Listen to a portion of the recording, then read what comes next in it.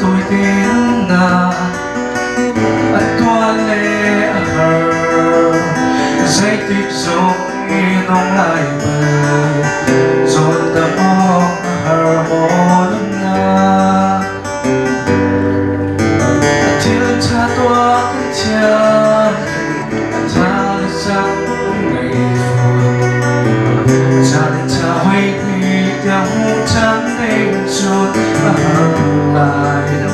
gần tua vẫn lâu vì yêu cha là cha lúc chiều lâu thì trôi dài về lên ruộng chiều xì sẽ hẹn tràn nhịp xóa đất phôi lúc bên trái thôi thì nghe gần cha cha mong gì gần cha gần gì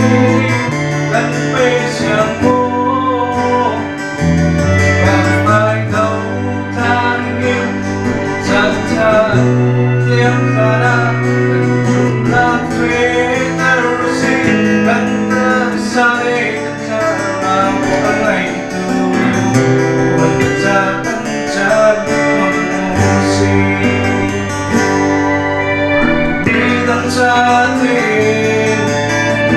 và là cha gần mặt đi là phía ta rồi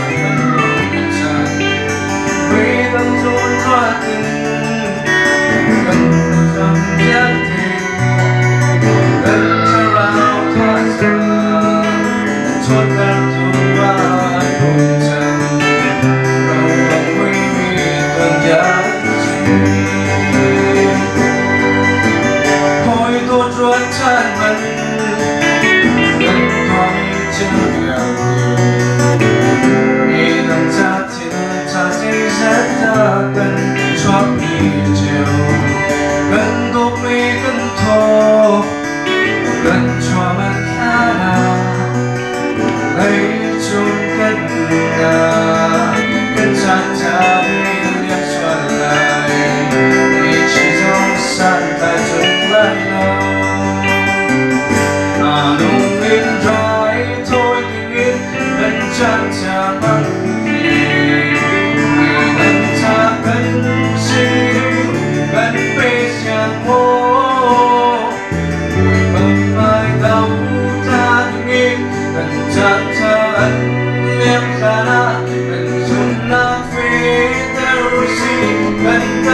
xa lên ta rào ngày tu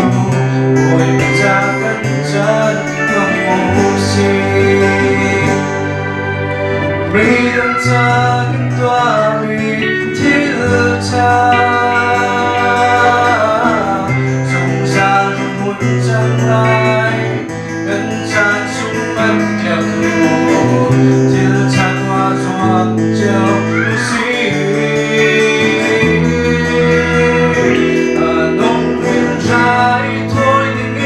gần cha cha mong gì vì thằng cha cần gì gần bây giờ cô ôi bơm mai đâu ta nghĩ gần cha cha anh liếc ra đang gần chung đang phía theo gì gần ta xa đây cha rào tháng ngày từ ôi cha